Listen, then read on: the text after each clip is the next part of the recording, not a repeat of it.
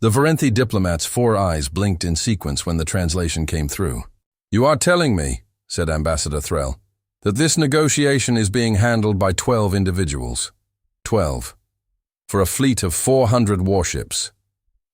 Colonel Marcus Webb didn't look up from his tablet. "Correct. And where's the rest of your delegation?" "This is the delegation. The observation deck of the Kestrel. Station hung in the dead space between the Sol, defense line and the incoming Vorenthi Armada. 400 ships that had already burned 3 colonies to glass in the outer rim.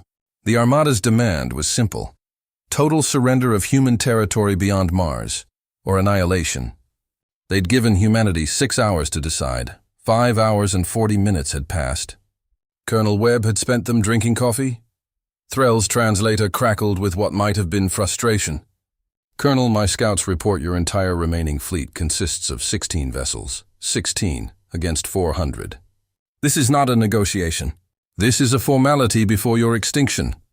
"Probably," Webb agreed pleasantly. Beside him, Captain Elena Marquez didn't bother hiding her smile. She'd been in the Marine Raiders for 11 years before the First Contact War started.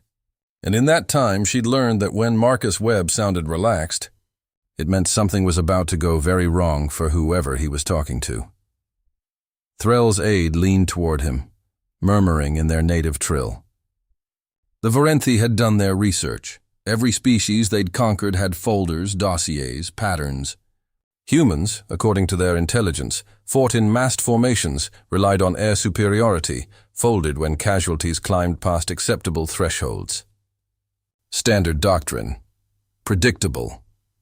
What their intelligence hadn't accounted for was the 23 years humanity spent, after first contact, learning that every other spacefaring species built their militaries around fleets. Big, slow, glorious fleets that took decades to construct and represented irreplaceable national investment. So humanity built something else. "Let me be direct with you." "Ambassador," Webb said, finally setting down his tablet. "Your fleet has already lost." Threll's laugh was a wet, clicking sound. 400 capital ships against 16 light vessels, and you tell me we have lost? You landed troops on Kester 7 last week to secure the mining colony. Your report says 2,000 soldiers went dirtside. How many came back? The aide's trill sharpened into something anxious.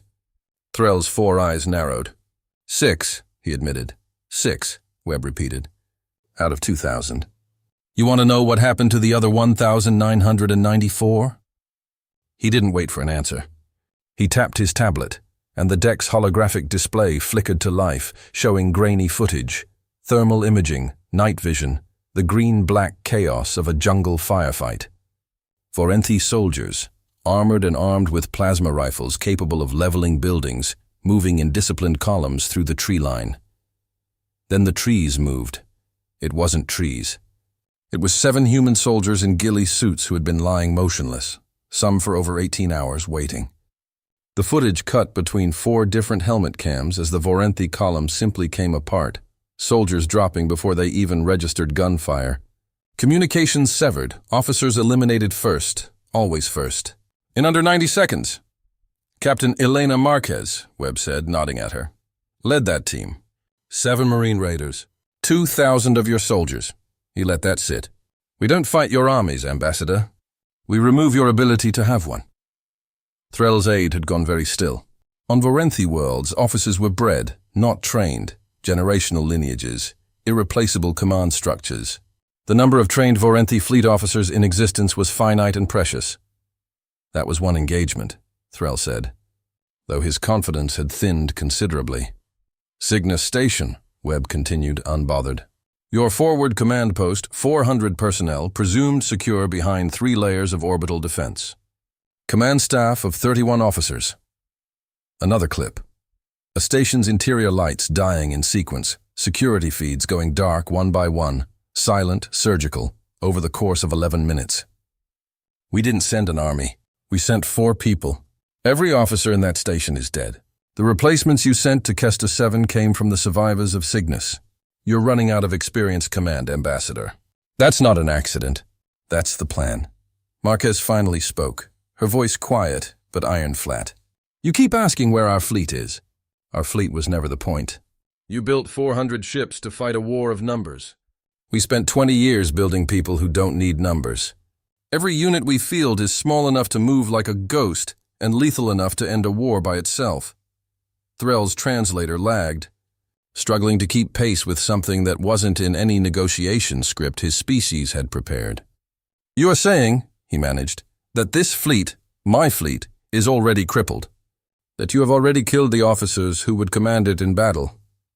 I'm saying, Webb said, standing now, that somewhere on 400 ships, there are people right now discovering that 30% of their senior command structure died in the last 2 weeks, under circumstances your intelligence division still can't explain. I'm saying the 6 hours you gave us to surrender, we spent doing something else entirely. Check your fleet manifests, Ambassador. Then tell me who's negotiating from a position of strength. The silence stretched. Threll's aide was already querying something on a private channel, 4 eyes flicking rapidly across a display only he could see. Whatever answer came back drained the color from his mottled skin. Threll didn't wait for the confirmation. He understood. What? He said slowly. Do you want? Webb smiled. Not cruel, not triumphant, just tired. The smile of a man who'd rather this be over. Your fleet withdraws past the Kestor line. Full reparations for the colonies you burned. And you go home and tell every species listening exactly what happened here today. And if we refuse? Marquez answered that one. Then in 6 hours, we will do to your flagship what we did to Cygnus.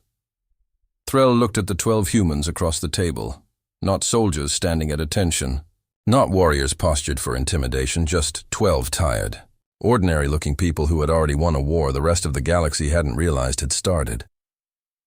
Withdrawal, Threll said quietly. We'll begin immediately. Webb nodded once and picked his coffee back up. Outside the viewport, 400 warships began silently to turn away.